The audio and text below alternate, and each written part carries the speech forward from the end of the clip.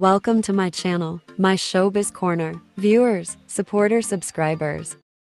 Supalpal ang mga taong nakasarili at selfish na mga singers ngayon na ang iniisip ay kasikatan lamang ng kanilang banda o grupo.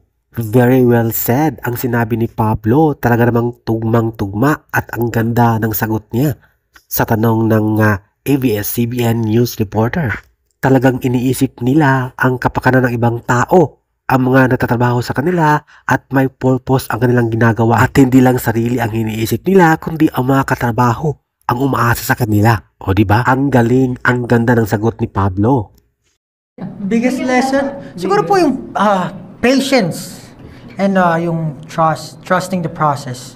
Kasi yun talaga yung pinakamalaga. Parang, kasi syempre 5 kami, kasama yung mga tao. Hindi lang kami, 5 na lang. Parang meron din po kaming mga employees na hinahawakan. So it's not just about the 5 of us. Parang kailangan laging may conversation, parang thinking about other people as well. At the same time, yung proseso. Kasi, di ba parang if wala kang direksyon, ano ka lang, kumbaga happy-go-lucky, iba na siya, hindi lang po kami itong 5. So, yun yung palaging nasa isip namin. Kailangan lahat ng ginagawa namin merong purpose. Lahat ng ginagawa namin merong papupuntahan. Para nang sa ganun, kung sino yung mga kasabay namin sa papupuntahan namin, nag-grow, diba? They're learning as well. So, ayun po, patience and trusting the process.